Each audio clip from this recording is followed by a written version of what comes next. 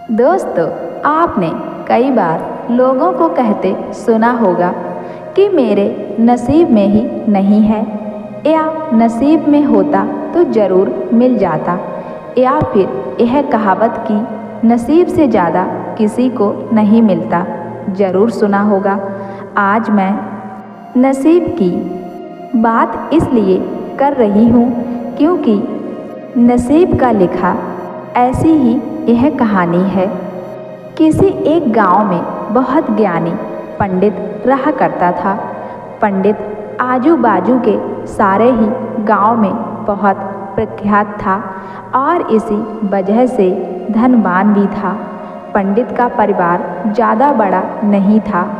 पंडित अपनी पत्नी के साथ अपने बहुत बड़े घर में अकेला रहता था क्योंकि पंडित को कोई बेटा नहीं था। पंडित के एक बेटी थी जिसका विवाह पास के गांव वाले एक श्रीमंत लड़के से हो चुका था। पंडित ने शादी से पहले अपने होने वाले दामाद की अच्छे से जांच पड़ताल की थी और अपनी बेटी का भविष्य भी ठीक से पढ़ा था।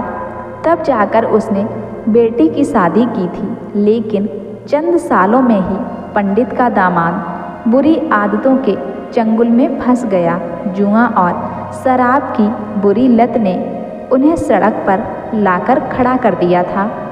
अपनी बेटी की ऐसी दुर्दशा देखकर पंडित की पत्नी काफ़ी दुखी होती थी और अक्सर पंडित को कहा करती थी, तुम जाकर उनकी मदद कर आओ। पंडित हमेशा अपनी बीवी को यह कहकर उनकी मदद करने के लिए मना कर देता था कि अभी कुछ समय तक उनका बुरा वक्त चलना है। हम चाहें कितनी ही कोशिश कर लें, जो उनके नसीब में नहीं है वह उन्हें नहीं मिल पाएगा। पंडित की ऐसी बातों से उसकी पत्नी काफ़ी दुखी हो जाया करती थी और मन ही मन सोचती थी कि कैसा स्वार्थी पिता है, अपनी बेटी को इतने कष्टों में देखकर भी उसकी मदद करने के लिए मना करता है। आखिर भगवान ने जो इतना सारा धान्य दिया है उसका क्या करेंगे, हमें कोई और औलाद भी तो नहीं है, ले देकर एक ही बेटी है और उसके लिए भी कुछ नहीं करेंगे तो किसके लिए करेंगे। पंडित ऐसा नहीं सोचता था। ऐसा नहीं है कि पंडित अपनी पुत्री से प्रेम नहीं करता था, लेकिन उसने अपनी पुत्री की कुंडली इतने अच्छे से पढ़ी थी और वह यह पहले से ही जानता था कि वह चाहे किसी भी लड़के से शादी करती, लेकिन उसके जीवन में यह समय आने वाला ही था और बिना इसे भुगते उसको छुटकारा नहीं मिलने वाला था।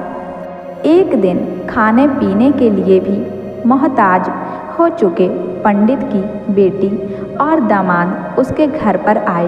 पंडित ने और उसकी बीवी ने दोनों का खूब आदर सत्कार किया और खूब अच्छा खाना खिलाया। बेटी और दामाद की पंडित से सहायता मांगने की हिम्मत ना हुई, इसलिए वह बिना बोले ही वापस अपने घर को लौटने लगे। लेकिन माँ तो माँ होती है, पंडिताइन से रहा नहीं गया और बिना पंडित की इजाज़त के उसने चोरी छुपे बूंदी के लड्डू बनाकर उसमें सोने के सिक्के रख दिए और बेटी दामाद को दे दिए ताकि बेटी और दामाद की कुछ आर्थिक सहायता हो सके।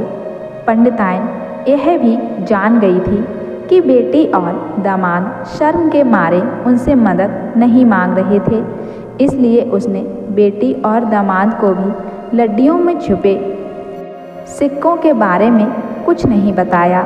जाहिर सी बात है कि जब वो लोग घर पर जाकर लड्डू खाएंगे तो उन्हें उसमें सोने के सिक्के मिल जाएंगे।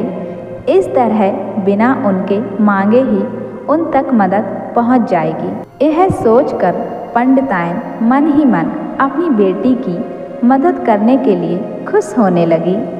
पंडित के दामाद और बेटी उन दोनों का आशीर्वाद लेकर अपने घर की तरफ रवाना हो गए। उन दिनों गाड़ियाँ तो होती नहीं थी, घोड़ा गाड़ी या बैलगाड़ियाँ ही चलती थीं। पैसे ना होते तो और चीज़ों की लेन देन से भी व्यवहार होता था। बेटी और दामाद का गांव पंडित के घर से कोसों दूर था, फिर भी पैसों की कमी के चलते वह चलकर अपने गांव की तरफ निकल पड़े। थोड़ी दूर चले ही थे कि पंडित की बेटी के पैर में मोच आ गई और अब उसको चलना भी मुश्किल हो गया। पंडित के दामाद ने जब देखा कि उसकी बीवी अब बिल्कुल चलने में सक्षम नहीं है, तो उसने एक तांगा अपने घर तक किराए पर ले लिया। दोनों पति पत्नी तांगे में बैठकर घर तक पहुंच गए, लेकिन तांगे वाले को देने के लिए उनके पास पैसे नहीं थे। इसलिए पंडितायन ने जो बूंदी के लड्डू उन्हें दिए थे, वही किराए के तौर पर उस तांगे वाले को दे दिए। तांगे वाला बूंदी के लड्डू को लेकर वहाँ से चला गया। तांगे वाला अपने घर की तरफ जा रहा था, तब उसे एक हलवाई की दुकान दिखी। उसने सोचा कि थोड़े से बूंदी के लड्डुओं से मेरे घर के लोगों का पेट थोड़ी भरने वाला है, इससे अच्छा मैं इन बूंदी के लड्डुओं को बेचकर उनसे कुछ चावल खरीद लेता हूँ। तांगे वाले ने बूंदी के लड्डू हलवाई को बेच दिए। जिस गांव में वह हलवाई रहता था, उसी गांव में एक आदमी ने अपने घर पर पूजा रखी थी और उसी पंडित को उस पूजा के लिए बुलाया था। पूजा में लगने वाले प्रसाद के लिए उस आदमी ने उसी हलवाई से बूंदी के लड्डू लिए जहाँ पर उस तांगे वाले ने बेचे थे। हलवाई ने भी उस आदमी को तांगे वाले से खरीदे हुए लड्डू ही पहले दिए ताकि वह खराब ना हो जाएं, क्योंकि वह नहीं जानता था यह लड्डू कब बने हैं। पूजा खत्म होने पर दक्षिणा और बूंदी के लड्डू लेकर जब पंडित अपने घर आया और खाना खाने बैठा, तो प्रसाद में लाए बूंदी के लड्डू खाते वक्त लड्डू से सोने का सिक्का निकला। इस घटना को देखकर पंडितायन की आंखों से आंसू बहने लगे। पंडित ने जब पंडितायन से पूछा उसके रोने का कारण, तो पंडितायन ने पंडित को सब कुछ बताया और पंडित से उनकी बातों पर भरोसा न करने के लिए माफ़ी मांगी। पंडित ने पंडितायन के आंसू पोंछे और कहा कि तुम्हारी तरह मैं भी हमारी बेटी को बहुत प्यार करता हूँ, लेकिन अगर हम उसकी अब मदद करते हैं तो दामाद हमसे हमेशा ही ऐसे ही मदद की अपेक्षा रखेंगे और अपनी बुरी आदतों को कभी नहीं छोड़ेंगे। पंडितायन भी अब पंडित की बातों से सहमत हो गई। 2-3 महीने बीत गए। पंडित के दामाद और बेटी फिर से एक बार उसके घर आए और इस बार उनकी परिस्थिति पहले से बेहतर थी, क्योंकि पिछली बार खाली हाथ जाने के बाद दामाद ने नया काम शुरू किया था और अपनी सारी बुरी आदतें भी छोड़ दी थीं। तो दोस्तों, इसीलिए कहते हैं कि नसीब का लिखा नहीं बदलता। क्या आप भी नसीब पर भरोसा रखते हैं, या फिर आप उन लोगों में से हैं जो अपना नसीब खुद अपने हाथों से लिखना चाहते हैं?